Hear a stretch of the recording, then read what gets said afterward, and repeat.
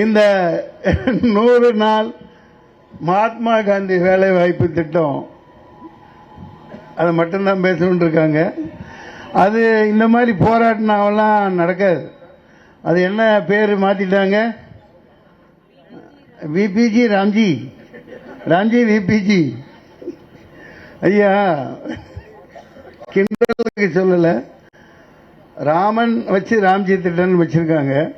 ராமனுக்கும் இந்த உழைப்பாளர் பெருங்குடி மக்களுக்கும் விவசாயிகளுக்கும் ஏழைகளுக்கும் குடியானவனுக்கும் இந்தியா முழுமைக்கு இருக்க நடுத்தர வர்க்க மக்களுக்கும் என்ன சம்பந்தம் தெரியல. அவர் பின்னாடி இருந்து அம்பு விட்டு யாரை கொண்டாருன்னு தெரியும், முதுகில் அம்பு விட்டவர். ஆனால் நம்ம தலைவர் காந்தி உலகம் முழுக்க இங்கே இருக்கிற ஸ்ரீலங்காவில் இருந்து நார்த் இந்தியா அங்கே போங்க இங்கே போங்க, நம்ம ஆப்பிரிக்கா போங்க, லண்டன் போங்க, அமெரிக்கா போங்க, எல்லார் இடத்துலையும் மகாத்மா காந்திஜி பேரில் சாலைகள் இருக்கு, அவர் பேரில் அவர் சிலைகள் இருக்கு, அவர் படங்கள் பாராளுமன்றங்கள்ல இருக்கு.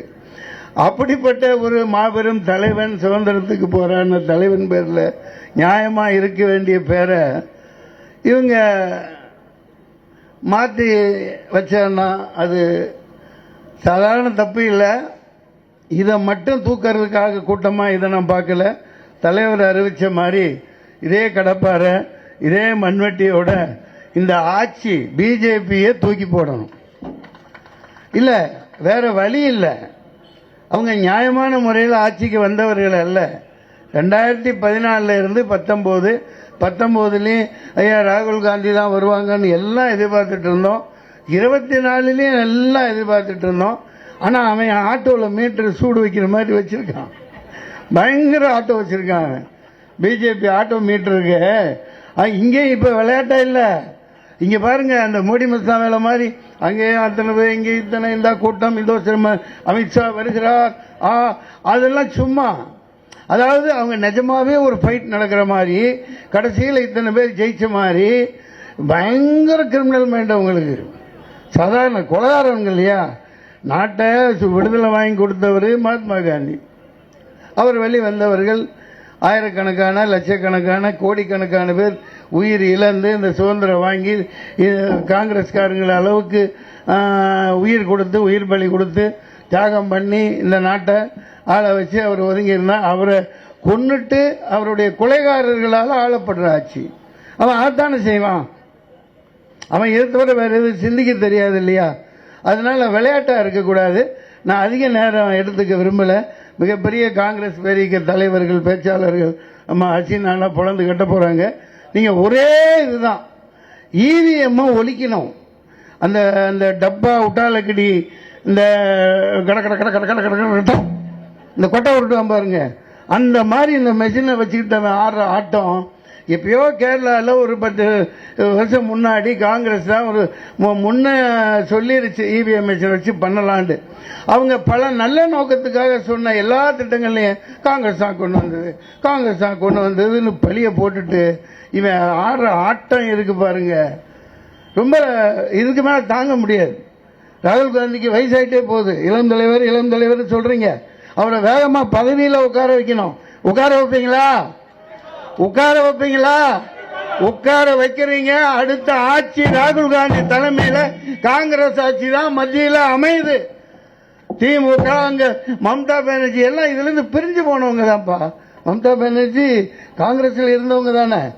10 வருஷத்துக்கு மேல பார்த்தாங்க. நான் 4 வருஷம் இருந்தேன்.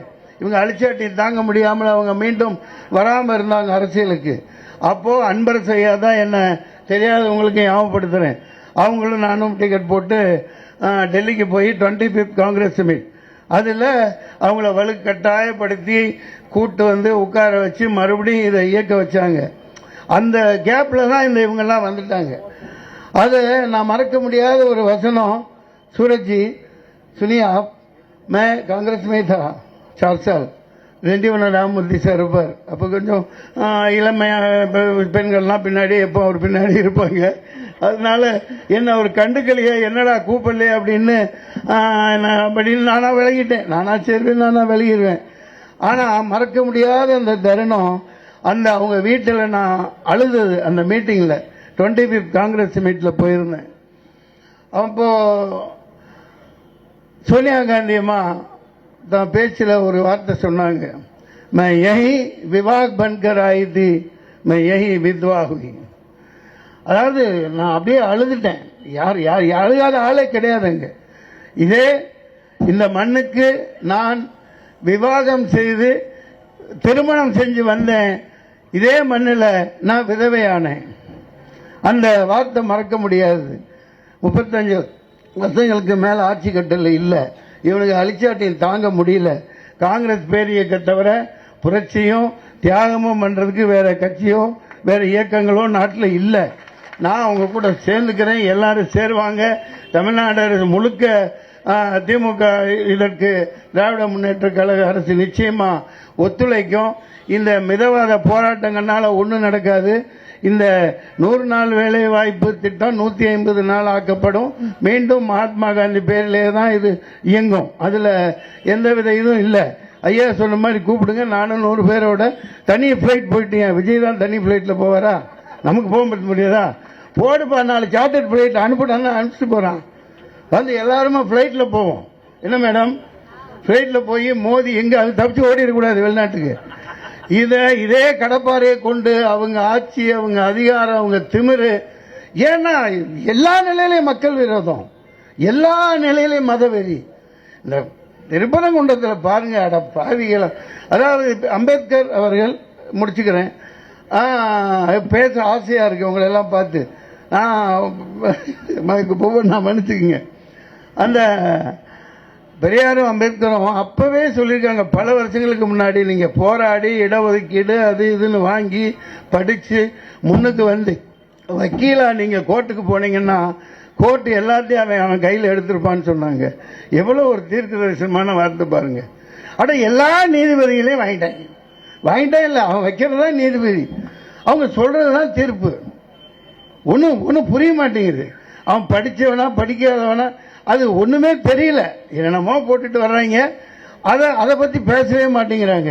ஏன்னா இருக்கிற ஊடகங்கள் எல்லாம் எல்லா பேப்பரும் எல்லா இதுமே இங்க இருக்கிறது நிறைய இருக்கு. 100க்கு 99 அதானி அம்பானியா இருக்கு. அது பேர் சொல்ல விரும்பல. அந்த செய்திகள் சொல்றது தான் நாம உண்மைன்னு நம்பிட்டு இருக்கோம். நாட்டை கெடுக்குது, குட்டிச்சோராகுது, ஒன்றும் பண்ண முடியல. செல்வ பெருந்தகை மிகப்பெரிய புரட்சியாளன், பயங்கரமான எதிரி, திரும்பி எந்திரிச்சு அடிக்கக்கூடிய சரியான தலைவன். இந்த நெருப்பை பத்திக்கணும். இந்த மோடி ஆட்சிய, இந்த அமித்ஷா ஆட்சிய, ஏப்பா கொலகார பதவிங்க எல்லாம் பெரிய பெரிய பதவியில் உட்கார்ந்துருக்காங்க. ராகுல் காந்தி ஏப்பா உட்காரக்கூடாது? பயங்கரமான கொலகார பதவியா இருந்து தடிப்பார்னு சொன்னவரெல்லாம் அது என்னப்பா உள்துறை அமைச்சர்னு சொல்லி போட்டு எல்லா அழிச்சாட்டியமும் வில்லத்தன சினிமாவில் பண்றதெல்லாம் ஒண்ணுமே இல்லை. இப்ப இந்த படத்தை வச்சும் பண்ணிட்டு இருக்கிறதெல்லாம் அரசியலுக்குள்ள ஒரே கல்லில் 5 மாங்காய் அடிச்சுட்டு இருக்காங்க. அந்த மாதிரி எல்லாம் போய்கிட்டு இருக்குது. இப்ப கடைசியா இருந்தது இந்த சென்சார் துறை. அதையும் அவன் சோழனா பேர்ல தூக்கி போட்டுக்கிட்டான். ஒண்ணுமே இருக்காது. கடைசி நாயர் கடை பொட்டி கடை வரைக்கும் வந்துருவாங்க. எல்லாத்தையும் அவங்க ஆளா மாத்திட்டு இருப்பாங்க.